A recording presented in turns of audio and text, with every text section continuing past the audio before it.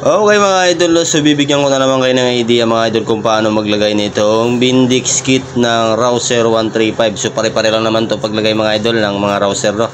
Rouser 180 to 20 200, Rouser 135. So sa paglagay nito mga idol, so napaka basic lang, no? Huwag niyo lang babaliktarin yung mga stopper nito sa dulo, kasi yung mga 135 meron siyang stopper na kulay brown sa sa pinakadulo ng spring. Sa paglagay mga idol, so madali lang, no? Ilalagay nyo lang siya, nakashoot lang dapat dun sa pinaka-guide sa magneto mo. Ngayon, gumamit kayo ng flat screw para maipit nyo siya at may salpak nyo ng maayos yung pinaka-Bindix. Yung Bindix, yun yung parang bulitas mga idol na malaki, no?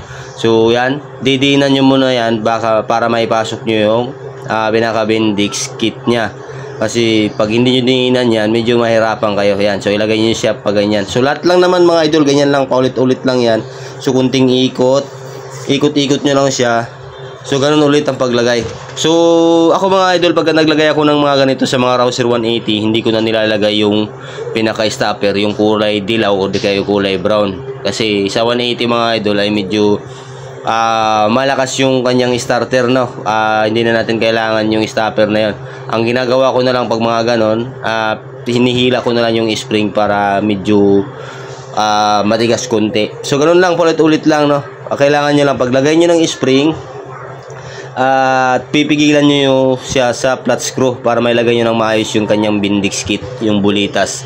So yan, marami na rin ako mga video nito, pero ulit-ulitin natin kasi once na magkakamali kayo dito mga idol, maaring umislide yung inyong starter. Kasi pagka nailagay nyo ng baliktad, halimbawa mga idol, no, nailagay nyo na una yung stopper na pinakauna, so pagbigay ng pagkaikot ng flywheel gear niyan mga idol, possible na masikip. Ngayon pag masikip, maaring tutunog yan pagka yung akala mo na may gumagano, no? So isa din yan sa problema na kung bakit tumutunog. So ganoon lang paglagay mga idol, no? Tapos ilalagay nyo na siya yung kanyang flywheel gear. So basic lang paglagay ng flywheel gear yon. So ikutin nyo lang siya pag ganyan.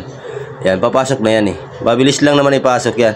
Yan. Tapos ikutin siya ng pakanan, tapos kunting balik lang ng pakaliwa para hindi siya mahulog, hindi malaglag, at para ma-shoot siya ng maayos. So ganoon lang sa mga Rouser 135, no? Basic lang naman yan. So yan, ulitin natin, no? Kalasin natin ulit yan. So sa paglagay, ito lang, ilagay nyo siya, pihit lang ng kunti ng pakanan, tapos balik na ang pakaliwa. Okay, so yan. So napaka basic, di ba? So ganoon lang mga idol, no? Sana may natutunan na naman tayo. Tapos lagay nyo yung pinaka gear, starter gear. Yan.